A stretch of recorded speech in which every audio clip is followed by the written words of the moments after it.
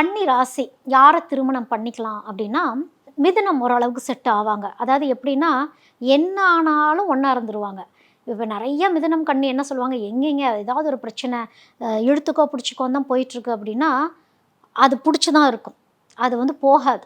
அது ஒரு அமைப்பு. ஏன்னா 2 புதன் முடிவெடுக்கிறதுல கொஞ்சம் டிலே ஆகக்கூடிய ஒரு அமைப்பு. ஏதோ ஒரு ஈர்ப்பு மிதுனம், கன்னிக்கு அப்படிங்கிறது உண்டு. அதோட மகரம் நல்லா செட் ஆவாங்க கன்னி ராசிக்காரங்களுக்கு. மகரம் ஆண்கள் நல்லா செட் ஆவாங்க. சொல் பேச்சு கேட்கறது, அ அதாவது உங்களுக்கு பிடிச்ச மாரி. ஏன்னா மகரத்துக்கு அந்த ஹியூமர் சென்ஸ் இருக்கக்கூடிய அமைப்பு ரொம்ப பிடிக்கும். கன்னி ராசி பெண்கள் புதன் இல்லையா? அந்த ஹியூமர் சென்ஸ் இயற்கையாவே அவங்கள்ட்ட உண்டு. அப்ப இத ரசிக்கக்கூடிய தன்மையில மகர ராசி இருக்கும்.